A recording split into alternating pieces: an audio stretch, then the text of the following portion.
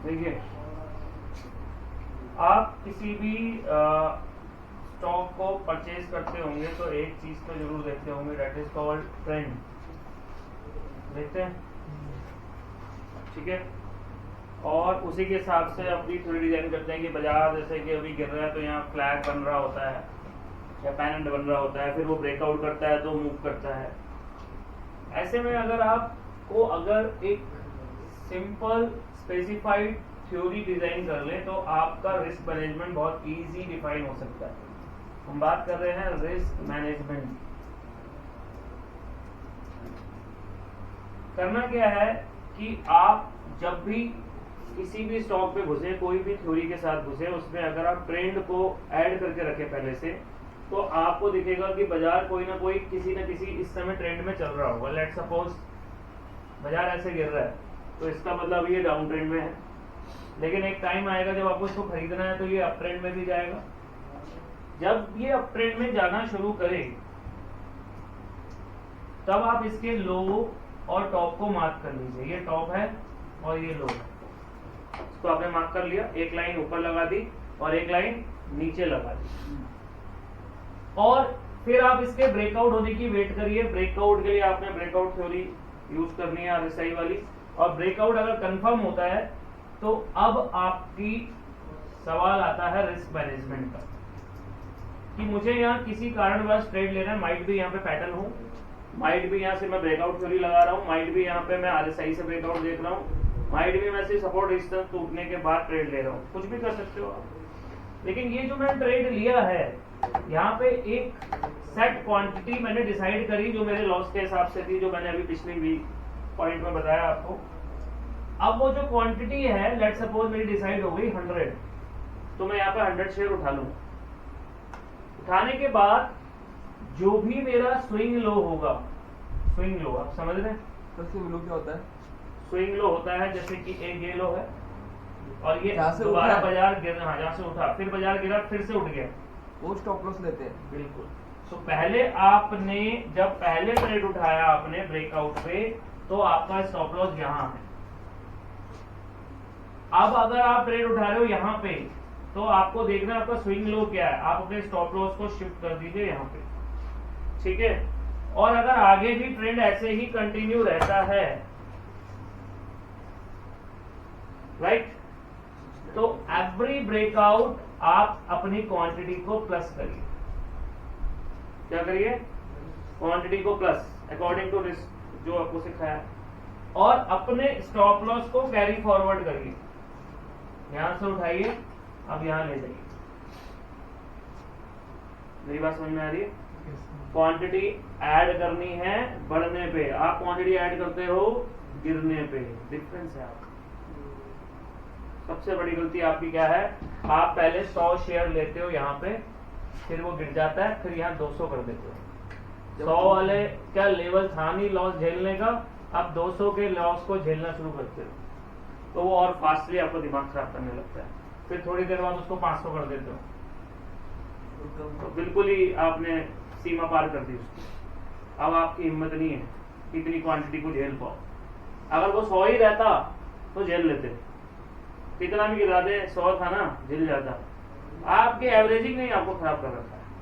Average हमेशा बढ़ने पे करनी, आप एवरेज कर रहे हो गिरने पे, समझ गए? तो गिरने की एवरेज आपको नुकसान देगी, तो रिस्क मैनेजमेंट कहां से हो जाएगा? मैनेजमेंट कहां से हो जाएगा? होगा ही नहीं। No management, no risk management. जो आदमी 100 शेयर लेने के बाद 100 रुपए अगर वो गिर जाए, 10,000 से घबरा रहा है, वो उसके बाद 200 शेयर और उठा रहा है, अब वो 30,000 से नहीं घबराएगा। 10 तो पहले घबरा गया, अब तो डबल मार पड़ेगी। सर जैसे कि 100 उस पर लिया हमने, फिर वो वापस गिर गया, फिर वापस 200 उठा। हमें लॉस से अपना पीछा छुड़ाना है, ताकि लॉस के अंदर और घुसना है। सर अगर वो बढ़ गया फिर बढ़ जाए, 100 से ही काफी है ना। हमने 100 ही लिए थे, लालच क्यों बढ़ा रहा है अपनी?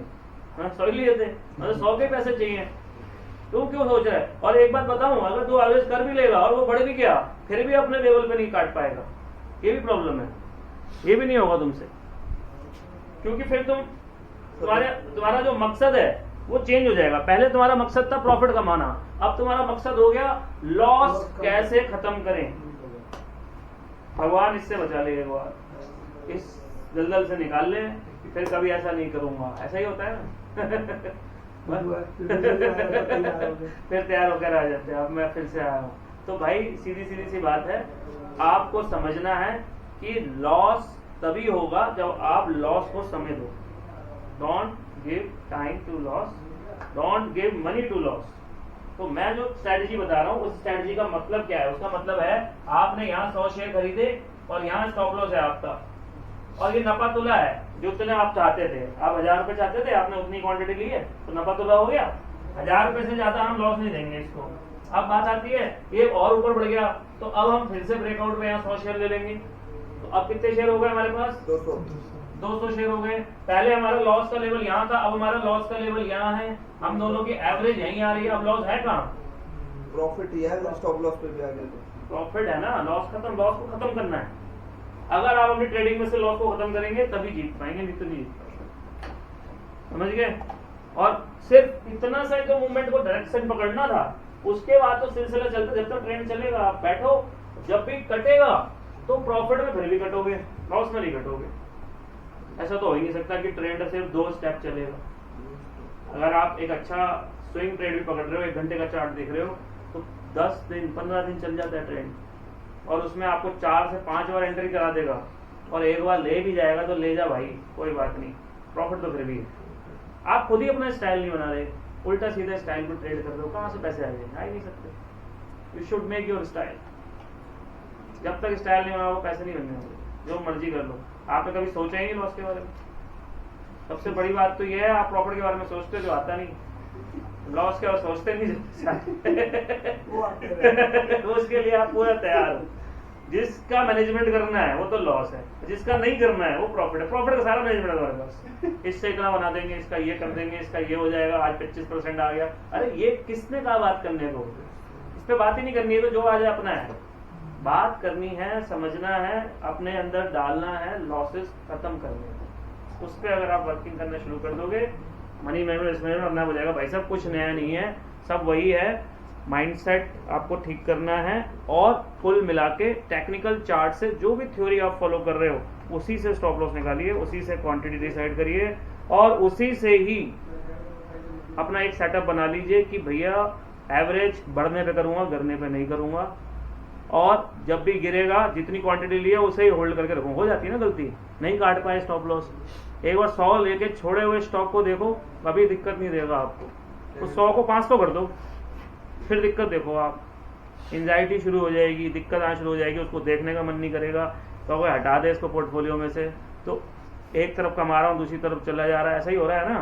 तो मत करो वो सब, खुद ही अपनी गलतियों से सीखो, और कुछ नहीं है ट्रेडिंग। क्लियर है?